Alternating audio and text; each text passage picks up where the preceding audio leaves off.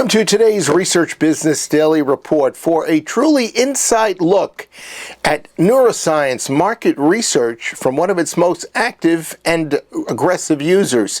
And that a new report is showing that internet audience growth is being overstated.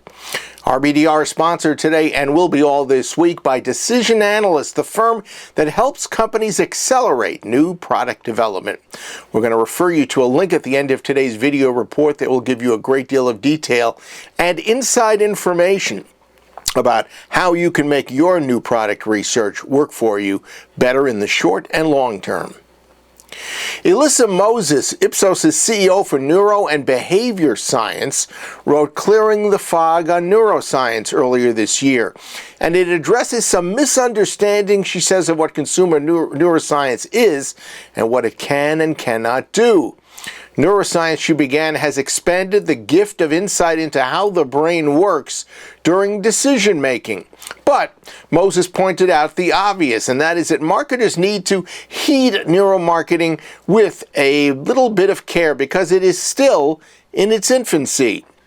The neuromarketing industry has a lot to learn, Moses continued, starting with the intriguing thought that we may in fact make decisions, meaning the public, by mental committee.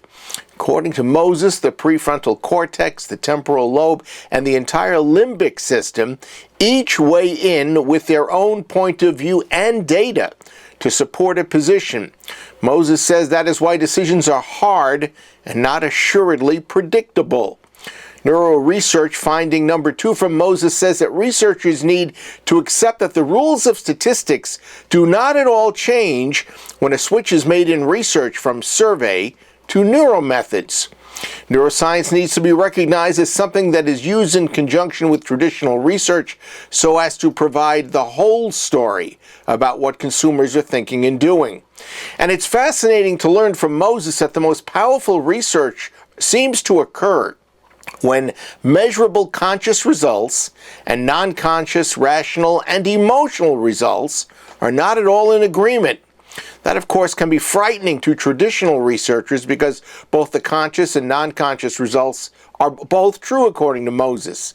In fact, she says that every day at Ipsos, quote, we look at neuro and behavioral science results integrated with survey results, and we spotlight the insights from both data sets that transform studies to provide comprehensive consumer understanding, end of quote.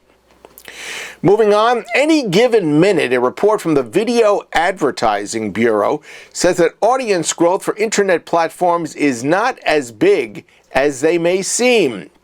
That conclusion is based on the association's newly created average audience calculation, which is derived by combining unique audience with average minutes viewed and total minutes.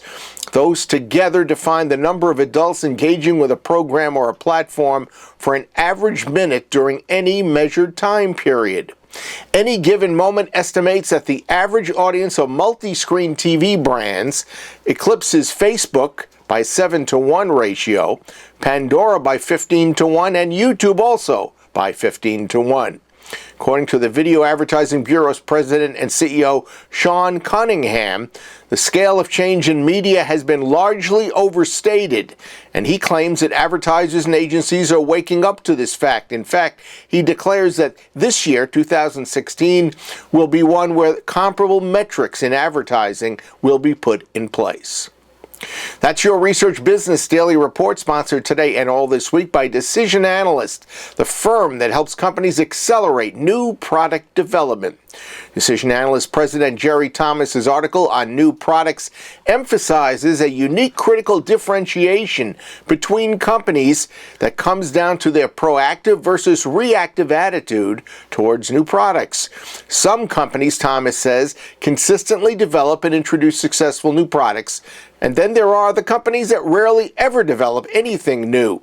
The contrast in success between new product companies and those that don't focus on new products is almost so simple that it's truly amazing that it is not followed as a matter of business course.